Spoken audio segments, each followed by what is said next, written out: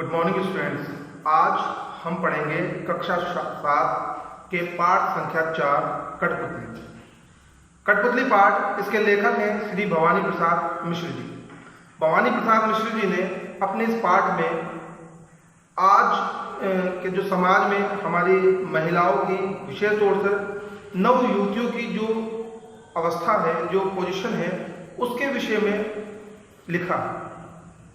भवानी प्रसाद मिश्र जी ने अपनी कविता लिखी है कठपुतली। सबसे पहले मैं इस पाठ को पढ़ूंगा, उसके बाद मैं आपको इसका भावार्थ बताऊंगा।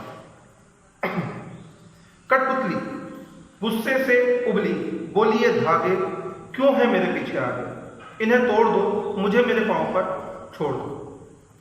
सुनकर बोली और कठपुतलियां कि हाँ, बहुत दिन हुए हमें अपने मन के छंद छुए। मगर पहली कठपुतली सोचने लगी, ये कैसी इच्छा मेरे मन में जगी। भवानी प्रसाद मिश्र जी इस कविता के माध्यम से हमारे देश में व्याप्त भारतीय बालिकाओं की जो अवस्था है, जो दशा है, उसको वर्णित करना चाहते हैं।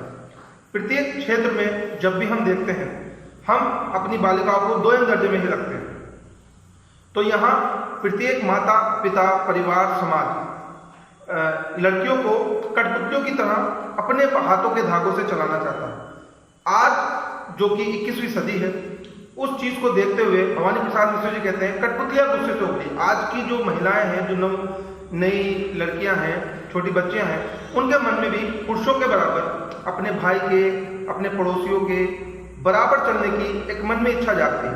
वो कहती है कि सारे बंधन हमारे लिए ही क्यों हैं, ये बंधन तोड़ दो, अर्थात हमें भी अब खुल के जीने का अधिकार दो, ताकि हम भी पुरुषों के कंधे से कंधा मिलाकर चल सके।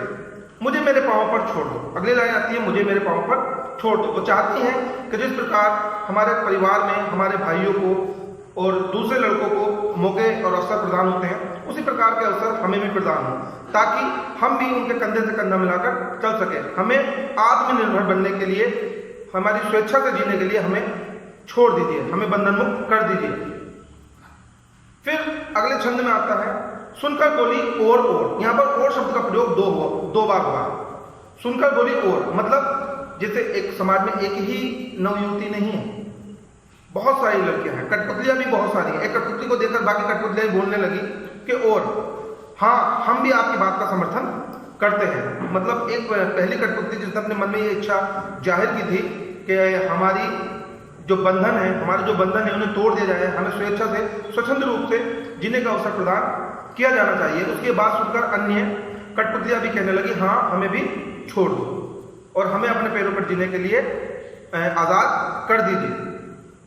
दूसरी कठपुतलियां कहती है कि हाँ, बहुत दिन हुए हमें अपने मन के छंद छुए। अर्थात दूसरी कठपुतलियां कहती हैं, जब से हम पैदा हुए हमें किसी न किसी प्रकार के बंधन में रहना ही पड़ा है। हमारे मन की जो इच्छाएं हैं, जो जिज्ञासा है, हम उसे पूरा नहीं कर पाते हैं। कहीं ना कहीं हम बंधनों में जकड़े रहते हैं, हम अपने मनों की इच्छाओं को पूरा नहीं कर पाते हैं। इसलिए आप हमारे मन की इच्छाओं को पूरा करने के लिए हमें स्वतंत्र रूप से छोड़ दीजिए, ताकि जो हमारे मन की इच्छाएं हैं, हम उन्हें बाहर ला सके, अपनी योग्यता को, अपनी काबिलियत को बाहर ला सके और इस समाज में पुरुषों के कंधे से कंधा मिलाकर चल सके। मगर पहली कठपुतली फिर सोचने लगी। देखिए, हम किसी भी चीज का आगाज, शुरुआत तो करते हैं, मगर उसका बीड़ा उठाने के लिए तैयार नहीं होते हैं। जब पहली कठपुतली की आवाज में बाकी कठपुतलियों ने अपना सुर मिला दिया, तो उस समय पहली कठपुतली सोचने लगी कि ये कैसी इच्छा मेरे मन में लगी, मेरे मन में जगी। चारों ओर सोचती है, चारों ओर का समाज देखती है। इस पुरुषवादी समाज में आजकल आप चारों ओर देखते होंगे कि दिन प्रतिदिन कोई ना कोई ऐसी हिंसा, कोई ना कोई ऐसी घटना होती रहती है, जो भले से हम आज 21वीं सदी में जी रहे हैं और लोग कहते हैं कि लड़कियों को लड़कों के बराबर कंधे से कंधा मिलाकर चलाने का अधिकार, चलने का अधिकार है, चलाने का अधिकार है, एडमिनिस्ट्रेशन का अधिकार है, प्रबंधन का अधिकार है, घूमने का अधिकार है, गाड़ी चलाने का अधिकार है, एरोप्लेन चलाने का अधिकार है, सेना में अधिकार है। मगर फिर भी इस पुरुषवादी समाज का दृष्टिकोण हमेशा ही महिलाओं के प्रति एक अलग रहता है।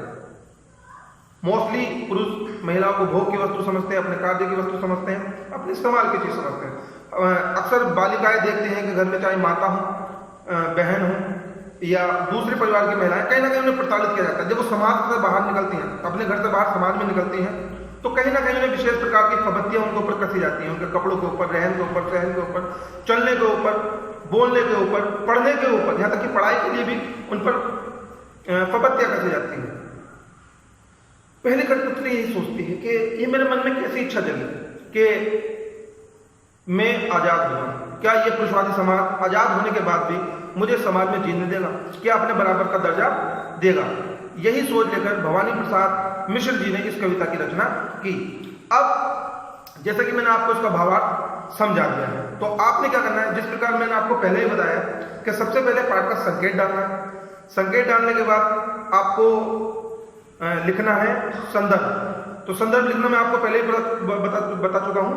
तो आप लिखेंगे प्रस्तुत पंक्तियां हमारी पाठ्य पुस्तक बसंत भाग 2 के पाठ संख्या 4 कठपुतली से ली गई है, जिसके रचयिता या लेखक श्री भवानी प्रसाद मिश्र जी हैं। इतना लिखने के बाद आप भावार्थ पा जाएंगे।